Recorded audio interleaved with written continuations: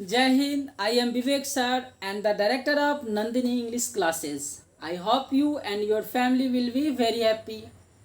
I will teach you next topic verb. देखिए आज का टॉपिक है आप लोग का वर्ब। ध्यान दीजिएगा, आज हम आपको बताने वाले हैं कि वर्ब का दो type, main verb, auxiliary verb, और मेन वर्ब का जो टाइप है उसको हम बताएंगे, क्योंकि मेन वर्ब बता चुके हैं।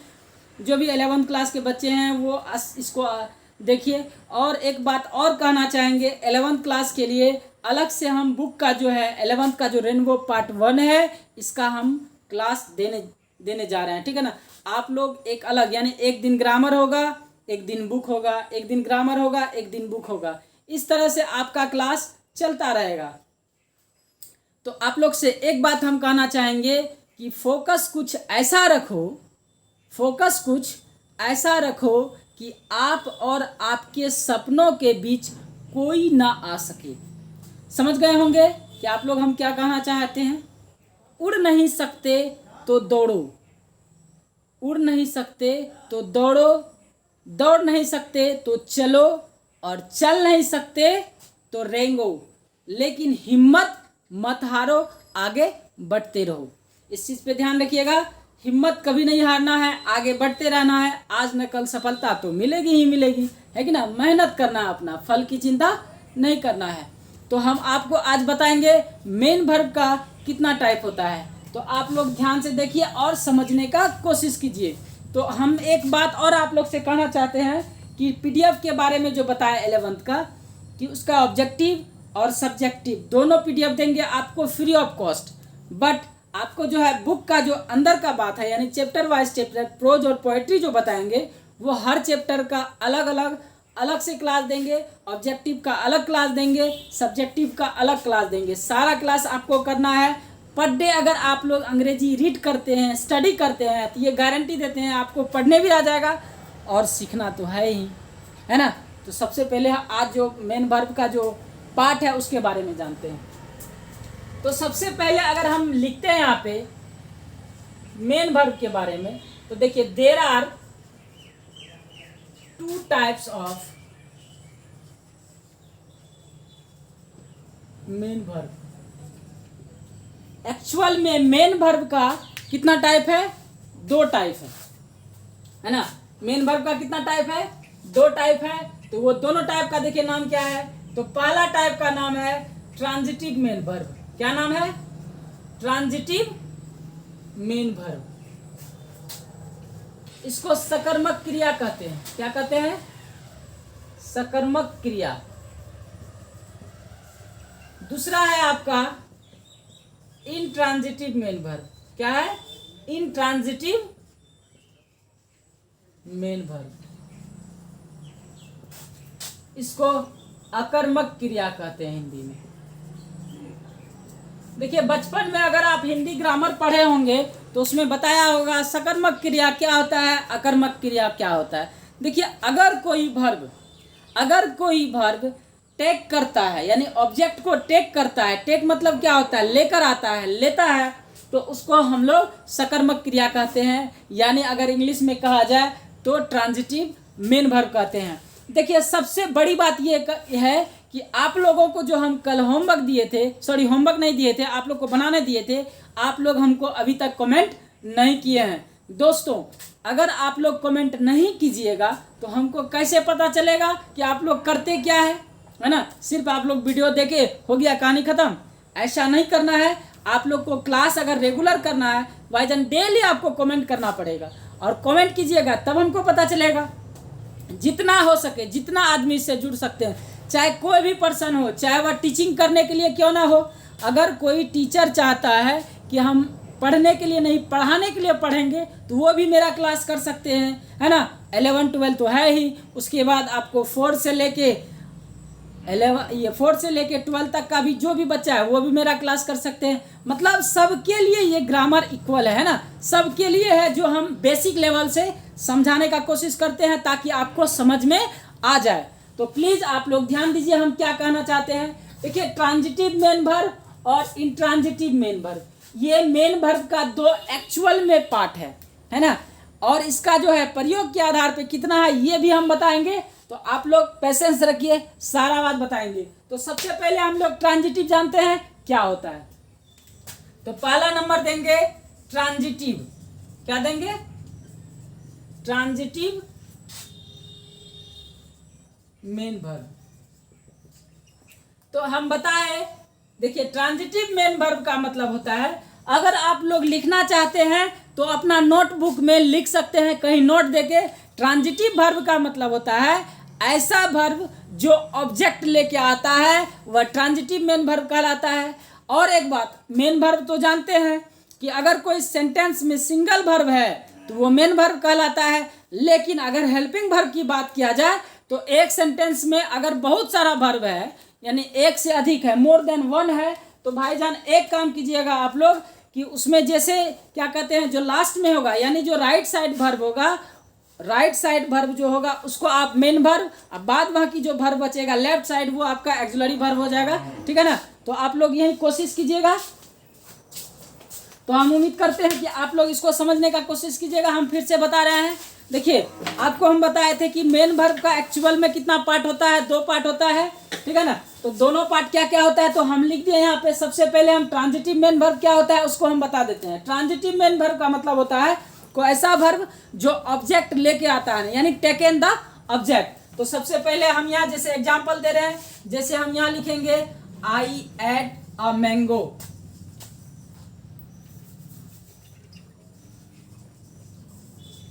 आई एट द मैंगो कहने का मतलब क्या हुआ, उसने यानी मैंने एक आम खाया, मैंने एक आम खाया। तो सुनिएगा, आप बताइए यहाँ पे सबसे पहले मेरा एसओवी का जो क्लास किए होंगे, ये हम बार बार बताए हैं कि जो मेरा एसओवी का क्लास किए हैं उसको पता होगा कि इसमें सब्जेक्ट वर्ब और ऑब्जेक्ट क्या है।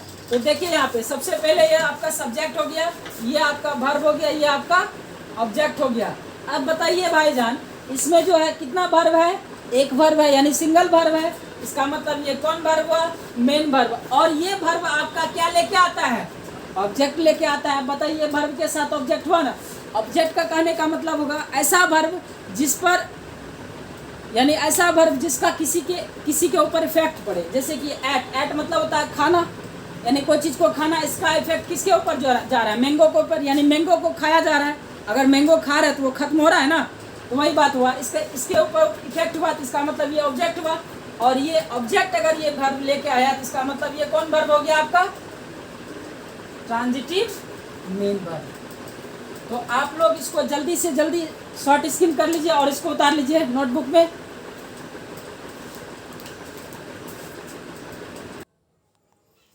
देखिए सिंपल सा हम आप लोग को बताए हैं कि जैसे कि ट्रांजिटिव मेन वर्ब जो होता है वो कोई ना कोई ऑब्जेक्ट लेके आता है। यानी कहा जाए अगर कोई चीज़, यानी ऑब्जेक्ट का कहने का मतलब क्या होता है, कोई भी वर्ब जो है कुछ लेके आता है, कुछ काम लेके आता है, तो उसको हम लोग ट्रांजिटिव मेन वर्ब कहते हैं। तो यहाँ पे समझिएगा, हम सिंपल सा फंडा यहाँ लिख रहे हैं, प्लस ऑब्जेक्ट, प्लस ऑब्जेक्ट। तो बगल में लिख सकते हैं विथ ऑब्जेक्ट, यानी ऐसा वर्ब कह सकते हैं कि ऐसा वर्ब जो ऑब्जेक्ट के साथ आता है वो मेन वर्ब का कौन सा पार्ट हो जाता है, ट्रांजिटिव हो जाता है। मेन वर्ब का कौन सा पार्ट हो जाता है, ट्रांजिटिव हो जाता है। जैसे एग्जांपल में हम लिखेंगे यहाँ पे राम ईट्स अ मैंगो, लिखे कि नहीं। अब बताइए, आप लोग को पता है कि ये दोनों, यहाँ पे ये आपका सब्जेक्ट हो गया, ये आपका वर्ब हो गया, ये आपका ऑब्जेक्ट हो गया। तो बताइए अगर इस सेंटेंस में सिंगल वर्ब है तो कौन वर्ब हो गया, मेन वर्ब हो गया। अब दूसरी बात, अब कहेंगे कि ये मेन वर्ब का कौन सा पार्ट हुआ भाईजान, तो ये देखिए ऑब्जेक्ट लेके आया है, इसका मतलब ये कौन सा पार्ट हो गया, ट्रांजिटिव हो गया, है ना। वापस से हम फिर बता रहे हैं, इससे पहले जो है, इससे पहले भी हम यही चीज़ को बताएं, फिर से बता रहे हैं, इसको देख लीजिए ऐसे से, ठीक है ना। अब आपको हम दूसरा देख लीजिए, दूसरा हम इंट्रांजिटिव बताएंगे। जैसे एक और एग्जांपल दे सकते हैं, लिखेंगे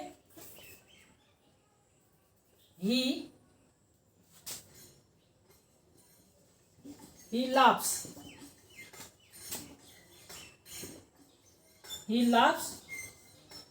at you, यहाँ लिख सकते हैं at you।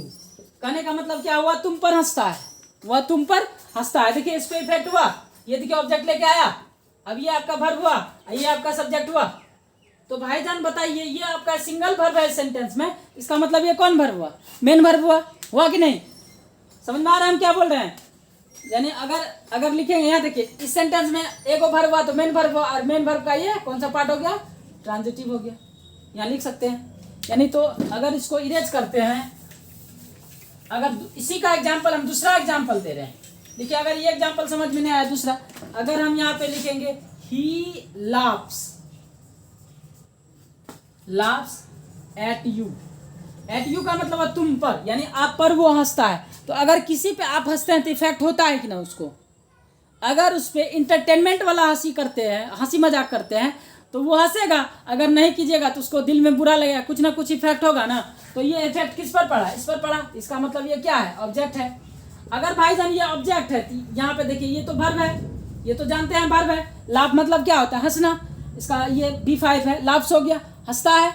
तो अब बताइए आपका सिंगल वर्ब है तो कौन वर्ब हुआ? मेन वर्ब हुआ। और यह इसके साथ क्या आया है? ऑब्जेक्ट आया है। इसका मतलब ये ट्रांजिटिव हो गया। ट्रांजिटिव मेन वर्ब कह सकते हैं इसको। तो उम्मीद करते हैं यहाँ तक आपको समझ में आ गया है। इंट्रांजिटिव पे चलते हैं, उसके बाद हम लोग आगे बढ़ेंगे। पहले इसको जितना जल्दी हो सके आप लोग कर लीजिए।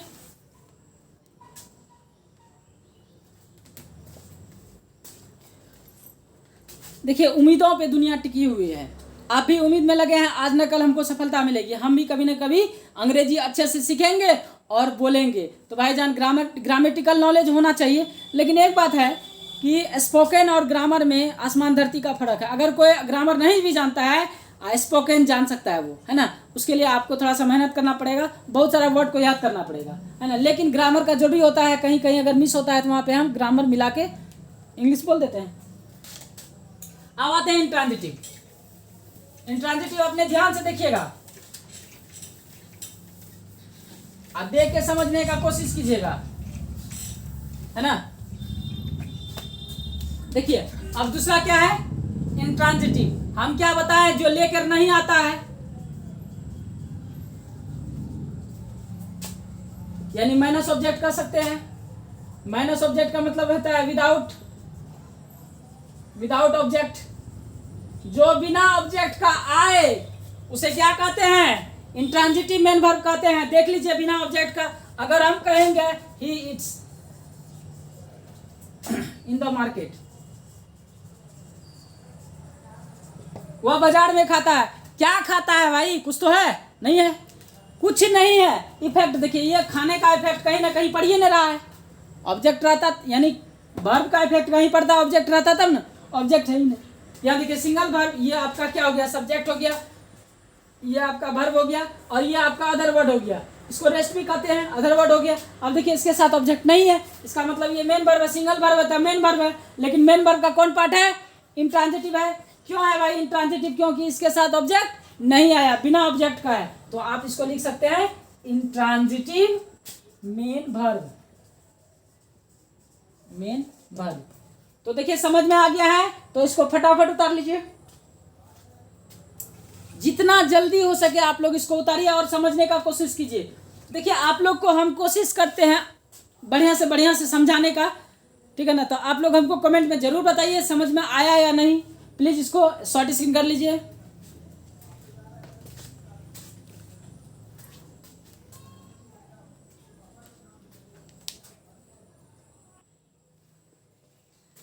चलिए उम्मीद करते हैं यहां तक समझ में आ गया होगा, है ना। मेन वर्ब का दो पार्ट एक्चुअल में जो है वो तो समझ में आ गया होगा। अब आगे हम लोग बढ़ेंगे, इसका मेन वर्ब का और जो वर्ब होता है प्रयोग के आधार पे वो हम लोग जानेंगे, है ना। यूज के बेसिस पे मेन वर्ब का और कितना टाइप होता है।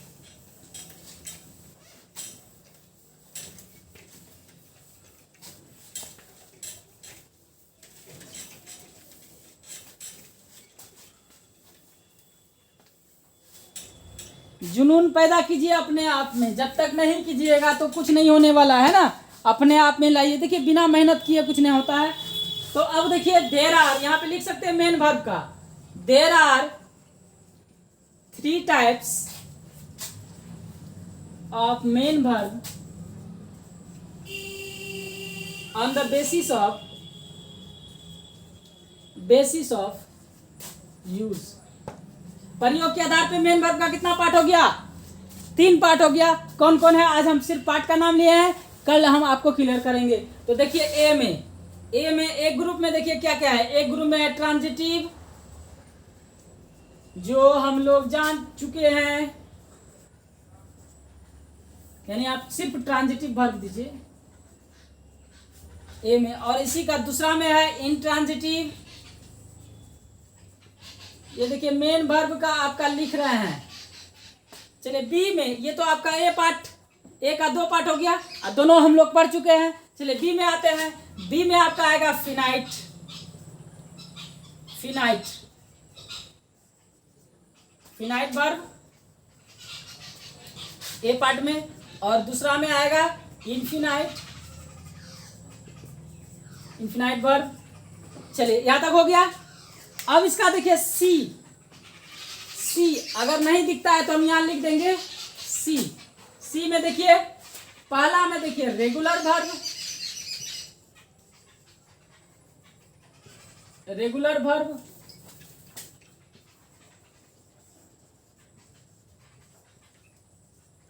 इसका दूसरा लिखिए इरेगुलर,